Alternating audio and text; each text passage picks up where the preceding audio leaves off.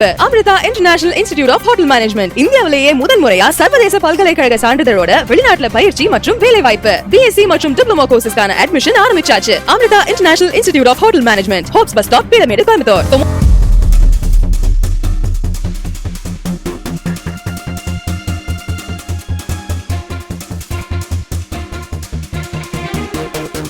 Kovai Sivananda colony பகுதியில் தமிழ்நாடு பொது நூலகத்துறை ஒருங்கிணைந்த ஊர்ப்புற நூலகர்கள் நல அமைப்பு சார்பில் பல்வேறு கோரிக்கைகளை வலியுறுத்தி மாநில துணை செயலாளர் நாகராஜன் தலைமையில் கவனஈர்ப்பு உண்ணாவிரத போராட்டம் நடைபெற்றது.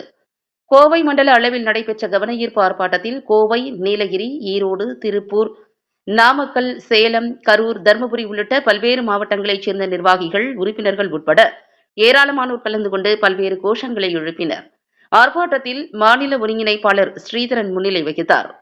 இதுகுறித்து நிர்வாகிகள் தெரிவிக்கையில், தேர்தல் வாக்குறுதி வரிசை எண் 178 உடனடியாக நிறைவேற்ற வேண்டும். மேலும் 1915 ஊர்ப்புற நூலகங்களை கிளை நூலகங்களாக தரம் உயர்த்த வேண்டும் உள்ளிட்ட பல்வேறு கோரிக்கைகளை வலியுறுத்தி கவனஈர்ப்பு ஆர்ப்பாட்டம் நடத்தி வருவதாக தெரிவித்தனர்.